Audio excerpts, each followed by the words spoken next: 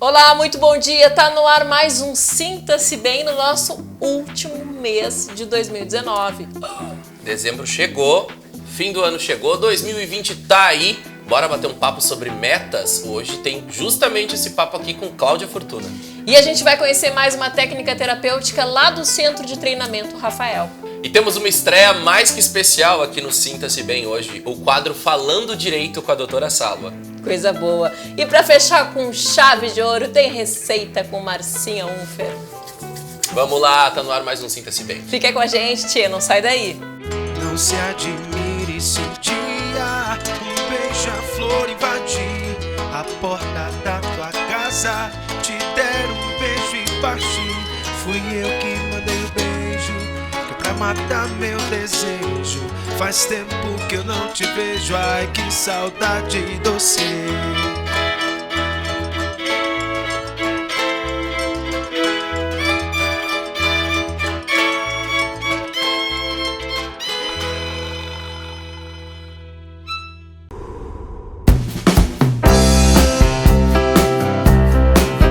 Final de ano chegou e a consteladora Cláudia Fortuna vai nos ensinar a traçar metas para 2020. Quer aprender?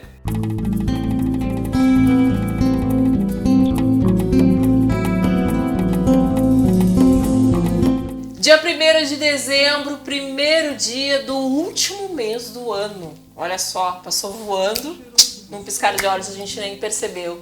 E o final do ano tem toda uma magia. A gente traça metas para o próximo ano e tem esperança de que o próximo ano seja sempre melhor. Para falar hoje sobre a questão das metas, linkando aí com a constelação familiar, é com grande prazer que eu recebo mais uma vez a minha xará, Claudinha Fortuna. É verdade, né, Cláudia? Nós duas aqui de novo. Tu sabes que as questões das metas, elas são fundamentais que elas sejam elaboradas ou no mês de dezembro ou no mês de janeiro. É uma janela, um portal temporal que a gente tem para amplificar e solidificar qualquer meta que seja bem construída. Tem essa magia mesmo no final do ano? Muita gente diz assim, 31 de dezembro, 1º de janeiro, realmente é só o dia seguinte. Mas todo mundo acaba, né, tendo uma força maior no final do ano, uma esperança maior. Muda algo também dentro da gente e no planeta de uma maneira geral? Sim, porque o campo, ele é solidificado pela força de muitas coisas que se repetem. Quanto mais um evento se repete, mais ele vai ficando no campo morfogenético. Então, quando a gente tem o hábito de no final do ano fazer um balanço da vida, né?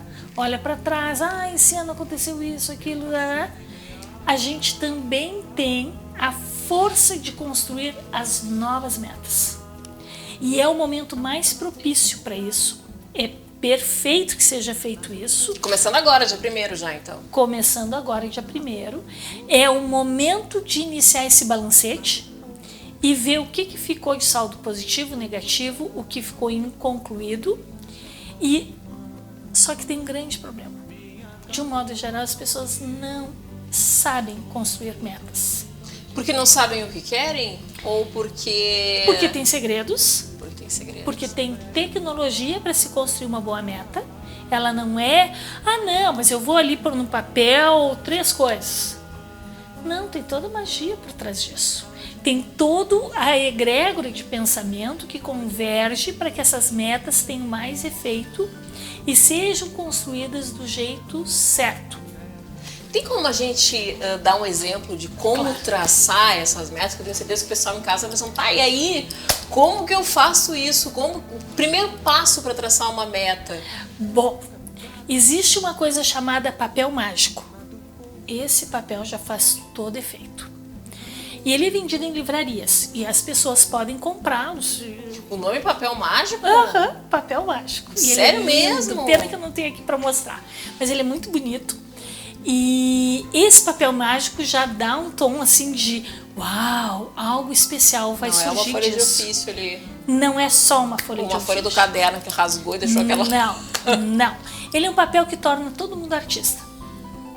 E para expressar as metas, ele é o papel mais indicado que tem. Então, o Porque papel aquilo é mágico. valioso. Aquilo é valioso. A meta é valiosa, então a gente já vai traçar ela num papel, ó, bonitaço. Exatamente, já tem todo um glamour nisso. Depois, toda meta ela tem que ser ecológica. Eu não posso construir uma meta na base da infelicidade alheia. Olha. Ah, eu quero ficar rico, que o resto do planeta se exploda. Eu quero o namorado da fulana. Quero Exatamente. Que você, A né? minha meta é conquistar o Beltrano, não importa se ele está casado ou descasado. Ela tem que ser ecológica, ela tem que ser favorável. A gente até diz, isso tem o treinamento básico que a gente dá agora, treinamento prático de construção de meta, e ele vai ser dado no dia 12 de dezembro. Agora? Olha que legal. 12 de dezembro. E ele é um mini curso com a duração de umas 3 horas, em que a gente põe a mão na massa, todo mundo que participa faz todas as etapas para aprender a fazer essas metas e potencializar. Então é um treinamento muito bacana de ser feito, porque ele é prático. Ele não é uma coisa que tu vai lá, aprende, vai para casa e aí, agora não me lembro, não tive tempo. Não, tu sai com as tuas metas construídas. E para uma meta funcionar bem, eu tenho que usar tudo como se ela já estivesse concretizada. Eu tenho que viver na minha meta como se ela já existisse? Eu tenho que sentir como se ela já existisse. Eu tenho que experienciar com o máximo de sensações, mas eu não vou dar spoiler. Pra encerrar, porque o Heitor já está sinalizando aqui, senão a gente fica Ah, bom, já passa a tarde o tempo toda. inteiro falando sobre essa questão das metas. As metas têm que ser atingíveis, porque as pessoas às vezes querem assim, automaticamente, em um ano, algo muito, né, Extraordinário. que tá fora, né, Sim. galgando degrau por degrau, Sim. algo que tu consiga mensurar. Se ela é algo muito grande, eu tenho que parti-la para que eu possa ir tendo resultados paulatinos e poder fazer reavaliações para ver se o final não muda no meio do caminho. É isso aí. Mais detalhes no curso agora de... 12 de dezembro. Gente, eu quero fazer esse curso. Vamos Amém. fazer sim, com certeza. Que 2020 seja maravilhoso para todos nós. Muito Obrigada. obrigado, muito obrigado. É um navio. A gente vai conhecer uma técnica terapêutica que se baseia no princípio de que o nosso padrão de comportamento, a nossa autoestima, inclusive a nossa personalidade, são influenciados pela nossa memória.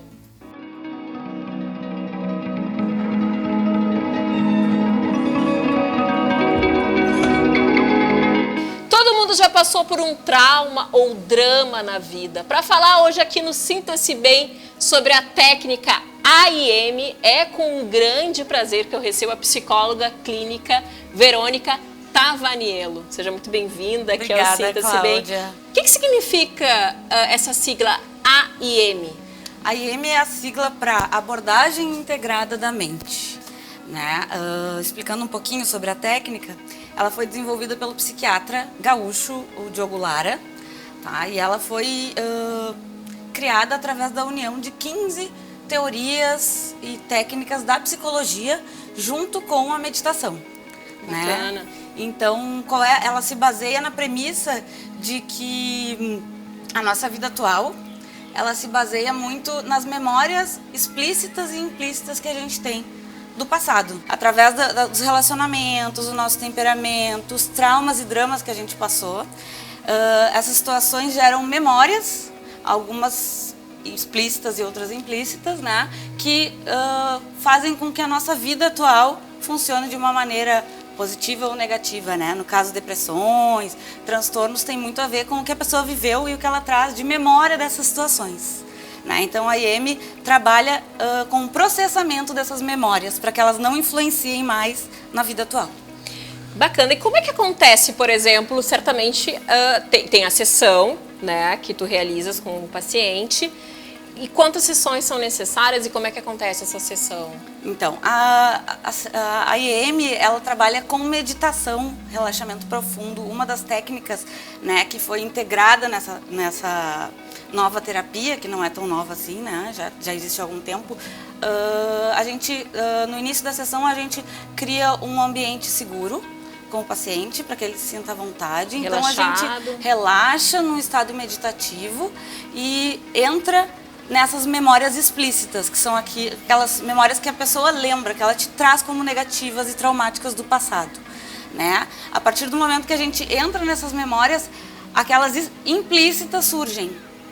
Vão surgindo memórias que a pessoa não tem consciência, né? E como isso acontece? Através do estado meditativo e da técnica, a gente faz com que o paciente use o lado direito do cérebro para que ele acesse o corpo, porque nós temos um vício, né? O ser humano tem um vício de resolver problemas com o hemisfério esquerdo do cérebro, que é o hemisfério da racionalidade, né? Da análise lógica. Né? E isso não funciona, né? Você sabe que não funciona. As terapias convencionais... Tem que entrar mais no lado emocional, justamente, as terapias convencionais trabalham mais com a lógica e a racionalidade. Né? Na IEM, então, através das técnicas de brainstorming, EMDR, a gente consegue acessar o lado direito do cérebro e a gente encoraja o paciente a perceber o corpo. Que são o quê? As sensações do corpo, às vezes um espasmo, uma dor, um choro, algo que está ali guardado nesse corpo. Que ele observa, porque com o dia a dia, com a correria, justamente, com esse mundo voltado para fora, a gente não se percebe muito bem, né? Quando a gente está funcionando na racionalidade, a gente não consegue perceber o corpo, né? E o corpo, ele é milenar. Né? As terapias que existem, elas estão há quanto tempo aqui? Quanto tempo a gente tem elas? E quanto tempo a gente existe aqui? Verdade. Então, há muito tempo nós sabemos, o corpo sabe promover a cura e a homeostase, né? Para essas dores emocionais que afetam o nosso dia a dia. Verônica, eu comecei falando sobre a questão dos traumas e dramas e disse que 100% da população já passou por algum trauma ou drama. Essa técnica é para todos? Na verdade, existe, quando a gente fala em trauma, as pessoas pensam, mas eu nunca fui sequestrado, eu nunca sofri um abuso, né? O trauma não precisa ser algo dessa gravidade, né? Por exemplo, para mim, uma situação na infância que foi marcante, negativamente, é um trauma, que para ti, se tivesse ocorrido contigo, poderia não ser. Então, isso é muito pessoal. Né? E não só traumas, mas dramas, às vezes situações de relacionamentos difíceis, relações na infância com os pais, a criação gera lacunas, por exemplo, de negligência emocional, crianças que não tiveram muita atenção e crescem com inseguranças e ela vai viver a vida dela insegura. Então, se a gente consegue processar essas memórias, o que acontece? Isso solta, né? Como se a gente fosse lá e fizesse uma cirurgia na mente e desconectasse. Maravilha. Né, essas lembranças, essas memórias. Tem alguma contraindicação? Para alguma pessoa não é indicado ou não? Pode mexer muito ali? Eu costumo dizer assim, que mulheres gestantes, né, e pessoas com quadros psicóticos, a gente precisa avaliar. Para encerrar, Verônica, tenho certeza que o pessoal em casa está se perguntando isso, existe um número mínimo de sessões, em quanto tempo eu noto uma melhora, enfim. Para casos focais, né, cada pessoa é diferente, cada história de vida é diferente, então eu não posso te dizer cada um número trauma, exato, drama é diferente, né, um número exato para cada pessoa. Mas pela minha experiência, transtornos pontuais, por exemplo, toque, estresse pós-traumático, fobias, depressões, entre 4 e 6 sessões é um número de atendimentos, né, que costuma trazer uma remissão boa desses sintomas. Bacana, boa notícia.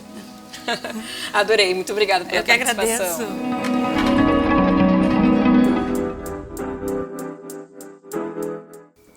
E na estreia do nosso mais novo quadro Falando Direito, a doutora Salwa conversa com a psiquiatra Ana Luísa Kaufmann sobre uma realidade da vida moderna, morar sozinho.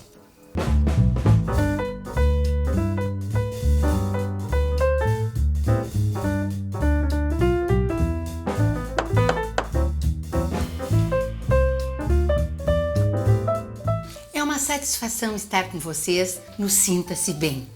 Nós estamos começando um quadro que fala sobre o direito de família, direito sucessório. Nós vamos procurar fazer um ciclo de vida no programa Sinta-se Bem, do nascimento à morte, à sucessão. Vamos passar pelo nascimento com vida, pelo casamento, pela união estável, o direito hereditário do cônjuge. Será que tem direito hereditário o companheiro? Pois nós vamos abordar tudo isso no programa da Cláudia Fleury, minha amiga querida, que me deixou muito satisfeita com o convite para dividir com ela também, ter uma participação no Falando Direito, que eu espero que vocês gostem. Pois o nosso programa de hoje vai abordar o início dessa situação, porque o direito de família, ele se atém ao direito patrimonial e ao direito pessoal. Então ele aborda toda essa divisão patrimonial, tudo aquilo que ocasiona, muitas vezes, se não bem administrado, querelas, disputas, que vão redundar num divórcio litigioso ou numa dissolução de união estável litigiosa. Porque o direito de família também aborda, junto ao direito patrimonial e ao direito pessoal, o direito vinculado à união estável, que hoje nós temos as uniões estáveis na mesma proporção do casamento. Mas nós não somos agregadores, nós não somos pessoas que querem viver casadas, unidas estavelmente, enamoradas, pois não sabemos hoje em dia. Até porque nós vemos tanta veiculação de que nós vivemos tanto hoje como singles, com apartamentos pequenos. Hoje Porto Alegre tem diversos flats, São Paulo tem apartamentos de 12 metros quadrados. Quer dizer, é um sofá que de noite vira cama, é um vaso com um chuveiro e um armário embutido em cima do sofá. Então, nisso vivem muitas pessoas. Por que, se nós somos agregadores? Eu me lembro quando eu fiz o curso de História, que eu tinha professores maravilhosos, como Irly Macarte Moreira, que nos falava sobre as pessoas sós. E no pós-guerra da Europa, quando as pessoas ficaram muito afeitas aos animaizinhos, aos cachorrinhos, na frente das lojas, logo após o fim da guerra, as pessoas chegavam e colocavam nos receptáculos os cachorrinhos amarrados para entrar. Hoje nós estamos vivendo uma situação dessas 10, 20, 100 vezes mais significativa do que naquela época. Dizia-se que naquela época é porque as pessoas haviam passado por perdas durante a guerra. E é verdade. Então que isso as fez ficar um pouco com medo dessa vida a dois, dessa vida em família. E quando se avizinhava uma situação de ficarem sós, então se apegavam ao cãozinho. Para nos esclarecer essa matéria, a doutora Ana Luísa Kaufmann. A doutora Ana Luísa é psiquiatra, professora e uma palestrante de primeira linha. Então a doutora Ana Luísa vai nos esclarecer. Doutora Ana Luísa, por que nós vivemos sós e às vezes temos até medo de buscar uma parceria, sendo que não estamos no pós-guerra? Pois é. E são sempre muitos fatores, né, envolvidos. E a gente não sabe exatamente o que provocou a mudança, mas acho que, assim, em primeiro lugar, dizer assim que é notória essa mudança que tu estás falando, né? Tem países da Europa hoje, Dinamarca, Holanda, Alemanha, que tem mais de 40% dos seus imóveis ocupados por uma única pessoa, né? Que são os apartamentos single, as casas single. E isso não é um fenômeno só na Europa, é no mundo inteiro. Nos Estados Unidos um pouco menos, parece que em torno de 30%, aqui no Brasil em torno de 14%, 15%, mas é bastante, né? Então, assim, de fato está havendo uma tendência, a gente não sabe bem se é uma escolha, existem discussões sobre isso, se é uma escolha, né, da sociedade ou se a sociedade está sendo levada para isso. Mas tem algumas coisas interessantes, assim. A outra coisa que a maioria dos autores, mesmo psicanalistas, colocam, assim, que eu acho que inclusive é a mais decisiva, é a emancipação feminina, né? Porque os casamentos se davam muito por um compromisso social, né? Isso para homens ou para mulheres. Quem não casava e não constituía família era o fracassado social, era uma pessoa que sofria humilhação, que sentia vergonha, né? Não tinha quem a quisesse ou quem o quisesse. Era um sinal de fracasso social, né? Então, assim, verdade. E com a emancipação feminina, o fato da mulher não precisar mais depender do marido fez com que muitas mulheres optassem por não casar, né? Ou até por ter uma vida a dois, mas separado. Cada um fica no seu lugar e se sustenta. Porque tem uma outra coisa interessante assim também. Não é só o número de pessoas que moram sozinhas que está aumentando. Isso tanto no Brasil quanto na Europa e em outros países. Mas também o número de pessoas que moram juntas e optam por não ter filhos, né? Então as duas tendências acontecem. Em quase todas as coisas assim que eu tenho visto, assim, o principal é a situação econômica e o segundo principal é a emancipação feminina. A escolha por não casar, né? Inclusive tem uma coisa interessante que eu verifiquei assim, a gente sempre pensa, os jovens estão cada vez indo morar sozinhos, né? Mais cedo, não.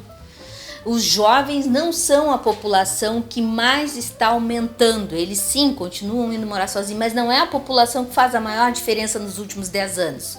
Do número de pessoas que habitam sozinhas, que vivem sozinhas. É essa faixa etária pós-divorciado, 40, 50 anos. Os jovens, ao contrário, têm permanecido mais tempo em casa, porque as questões de estudo e tal, financeiras, né? Também, financeiras. Né? E financeiras também nós observamos, por exemplo, quando muitas vezes o pai, a mãe, já avós, têm dificuldade em ficar na casa da família e prefere ficar, como tu disseste, nesse caso, no exemplo que eu estou dando, preferem ficar num asilo, numa casa de idosos. Mas muitas vezes os filhos vão buscá-los porque a receita deles é importante para perfazer a necessidade financeira da família. Sim. E outra coisa para encerrar, não pensem vocês que ficando sozinhos e tendo uma relação estável, não se configura união estável. A união estável não exige a moradia sob o mesmo teto. Mas semana que vem eu volto falando sobre outros assuntos dentro dessa nossa área. Doutora, foi um prazer tê-la aqui conosco. Muito obrigada. Sempre. Até domingo que vem no nosso programa inédito.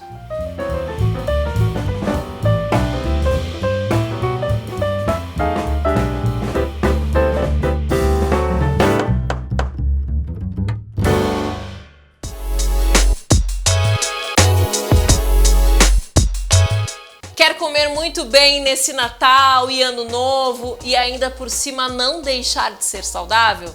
Preste atenção nessa super receita da Marcinha Unfer.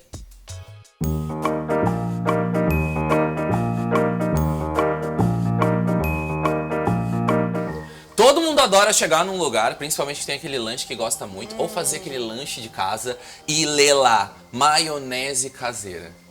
Verdade. Entretanto, a gente fica com o pezinho atrás, né? Quais são os ingredientes? Será que como? Como conservaram aquela maionese? E também, será que realmente é saudável? Porque às vezes tem muito óleo, muitas coisas que não vão fazer tão bem para nossa saúde. Pensando nisso, eu tô aqui com a solução dos nossos problemas, Marcinha Unfer. Olá, pessoal, com certeza a solução. Aqui a gente traz só solução, saúde, bem-estar. E que ela pensou numa solução para quem, que nem eu, é doido por maionese. Eu amo.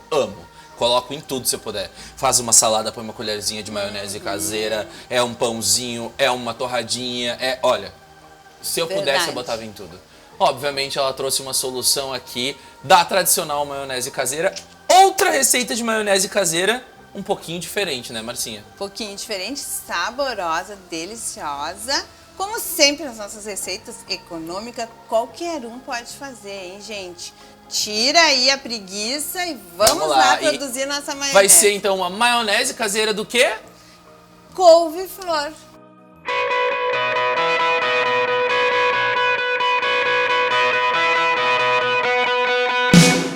Chegando festas de final de ano, como tem maionese nas ceias, né? No salpicão, nas entradinhas, Exato, em pastas, canapés. Surpreende aí o pessoal, inclusive faz e dá, oferece como presente. Né? Bem legal essa ideia. Se me convidarem para ir para sua casa, já anota aí, já pode me fazer um potinho de maionese que eu não vou ficar triste. Nem um pouco. Para levar para casa. O que a gente tem? Um azeitinho de oliva. Azeite de oliva extra virgem. Uma das minhas preferidas, a pimenta, termogênico. Nossa, essa aqui é a pimentinha calabresa, pode ser qualquer tipo de pimenta ou pode também não usar, quem não quer, tá? Tem pessoas que têm restrição com pimenta. Isso, mas dá um contraste, é bem legal usar. É pimenta, né? Pimenta é pimenta. Um dos meus queridinhos também, que já Açafrão. muito vem aqui com a gente, né? O Muito, açafrão. muito. Ele é muito versátil na nossa cozinha. Ele é um anti-inflamatório poderoso, então usem e E abusem deixa também uma cor linda, né? Por isso que a gente vai usar, para lembrar aquela maionese tradicional. A gente tá trabalhando com a memória afetiva. Inclusive, é muito Inclusive, importante na hora de comer, muito né? importante. Limãozinho, Limãozinho. Que pra sempre é o dar nosso astro-rei daqui, nosso né? astro-rei. Não sei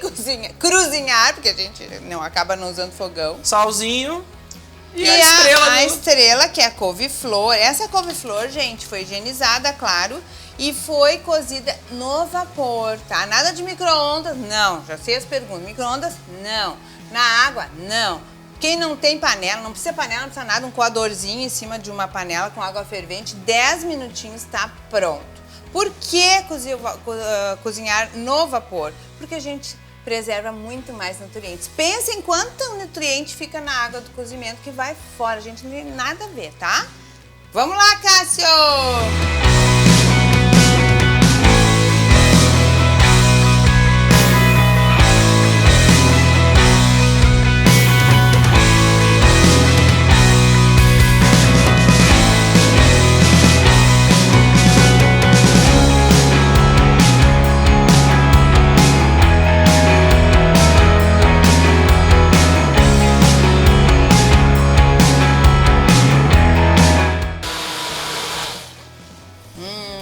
Vamos ver a aparência, tá linda. Realmente, cremosíssima. Vamos provar, Cássio. Vamos ver o nosso tempero. Uhul. Pela expressão do Cássio, ele que gosta de maionese, tá Gente, acostumado. tá igual. Tá igual. Melhor.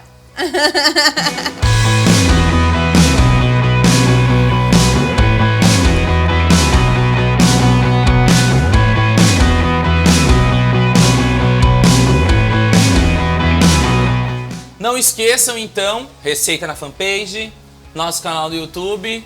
Façam a receita, postem com a nossa hashtag. Qualquer dúvida, manda por inbox. Fala com a Marcinha pelo Instagram. Fala com a gente pela página do Sinta-se Bem. A gente continua conversando. Um beijão! Beijo!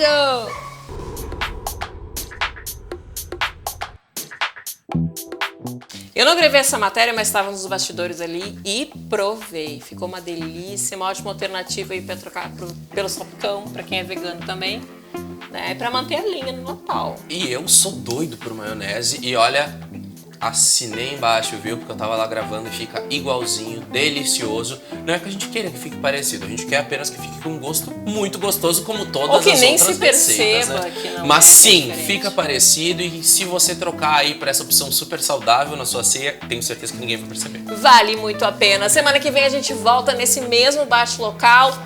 A gente segue na semana nas nossas redes sociais. Ó, dancinha das redes sociais. E nas nossas reprises também, não te esquece, se tu ainda não te inscreveu no nosso canal do YouTube, vai lá. Segue a gente no Instagram. Tô precisando de seguidores. Vamos lá. Super beijo, eu me fui!